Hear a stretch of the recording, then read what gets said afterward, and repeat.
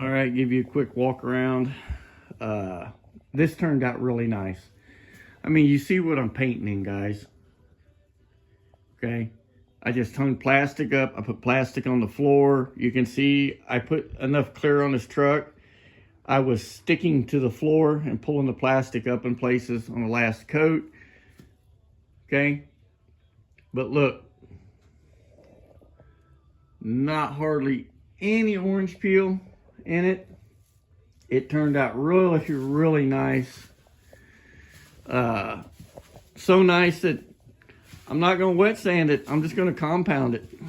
I'll go over it with a medium cut and buffer, and then use some machine polish on it and call it good.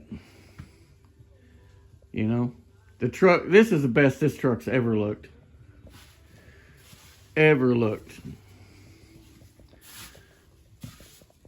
I just like the fact that, you know, most of the time, you know, I put a coat of sealer on it, then I come back and I put 3 coats of color on it.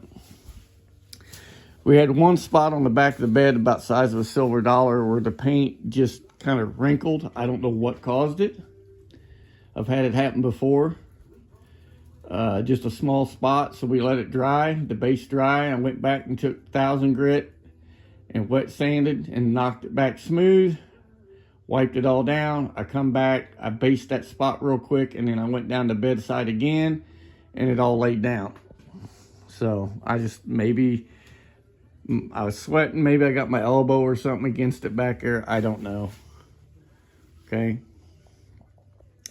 one place on the bed, I was reaching over to clear the inside edge of the bed. I was tired. I did this on about 3 hours sleep last night. But I was reaching over to clear this inside edge right here, and my shirt got into the bed just a little bit. But you can't tell. You gotta hide your mistakes. But overall, I think it looks really good. I'm proud of my son. I mean, he straightened up a lot of spots in it, and his blocking and his sanding and everything is what made my paint look good. And then I made his bodywork look good. So we'll come out here probably this evening or tomorrow. We'll pull all the tape and paper off. We'll clean the whole area up and put some tires and wheels on it. Probably push it back next to the El Camino out of the way so I can set up and paint the fenders and the hood and the gas tank door and get them done. And then once that's done, we'll push it back up here in the middle, start putting this one back together, start getting all the trim put on my wife's El Camino, get the bumpers back on it. I've got to get inside it and lay down some kill mat on the inside of it and start getting all the new interior put in it. So, but I think overall the little truck turned out really good, everybody. The boy walked out and he said, damn, he said, that roof looks like glass. Which any of your flat areas, that's not hard to make them look good. But as far as it orange peeling up and everything, we'll know more when we get it out in the daylight. But it's under LED light. Fluorescent light shows a lot of mistakes. You get out in the daylight, you'll never see. So like I said, I'll probably just let it cure out for 2 or 3 weeks. That's usually what I like to do. I like to wait 2 or 3 weeks before I ever put anything on it or even try touching it. Make sure it's gassed out all the way and good and solid. Then like I said, I'll probably just get a buffer, some medium cut compounds, what I'll start with, and I'll start going over it with that, see what it does. But I'm about 90% sure I'm not even going to have to put a piece of sandpaper to this. I started out, you know, they always say use one light coat, tack coat. No, I put one regular coat on it. And then the next coat, I went heavier, a real wet coat. And the third coat, I just ladled it on. So much so that just the cab and the bed and the doors, there's about 3/4 of a gallon of clear coat on this truck. So Like I said, I was going to initially paint from the body line up, grabber green. Once I seen it in the darker gray in the sealer, I just liked it. And again, I like this color. It's magnetic gray. It's a Toyota color. It's straight gray with the silver in it. There's no blues or greens or anything like that in it. I just like it. And I told boy, I said, well, there's no turning back now. Because I said, once I spray past the body line, that's it. And I put the first coat of base on it, and I just liked it. So then I thought about just doing a green stripe down it. But the more I looked at the green and I held the cap up to this color, they didn't look right together to me. So we're just going all gray. I'm not even going to put a black stripe down the center. I ain't going to put any stripes on it whatsoever. We're going to paint the fenders, we're going to paint the hood, and we're going to call her done. So, but, you know, again, you see what I paint in. You can make an area work. You just got to put the work in to get something to come out nice.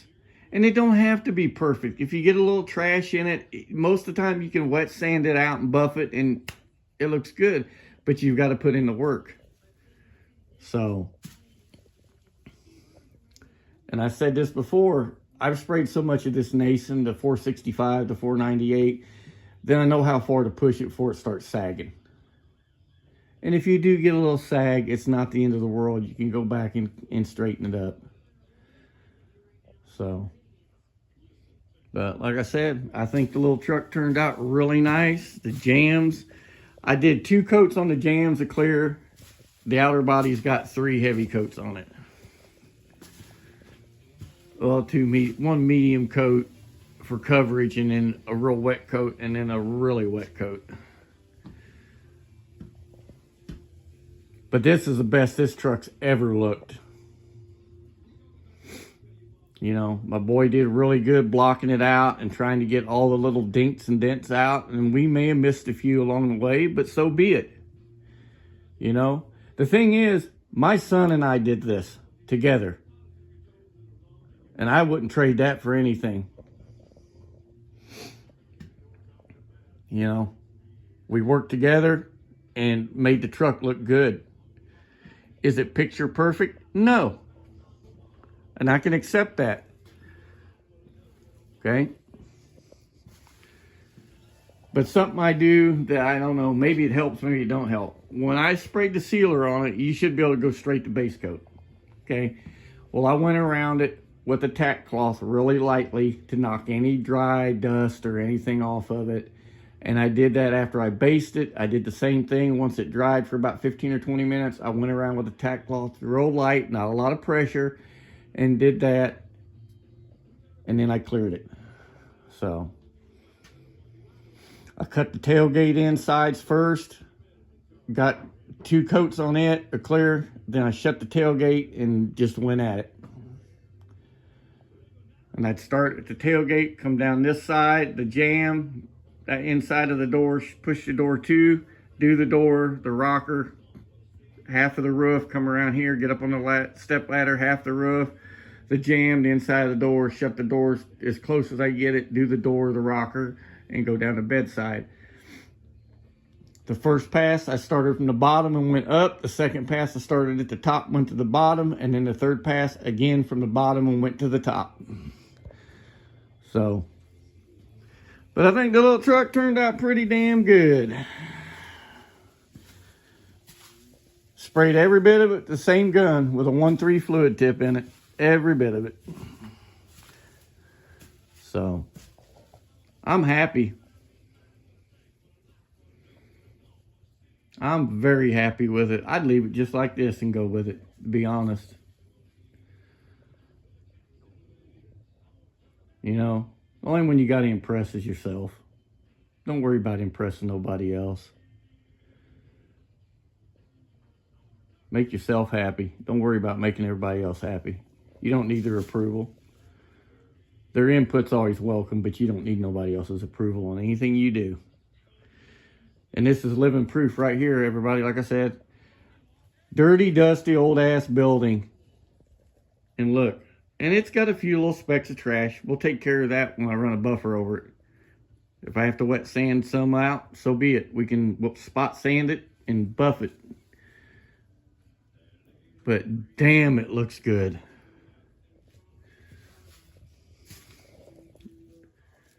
There is I mean, like I said, the orange peel is like non-existent.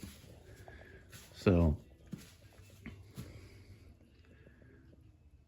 but there you go. My phone's about to die. I'm gonna go back inside. It's raining and shit.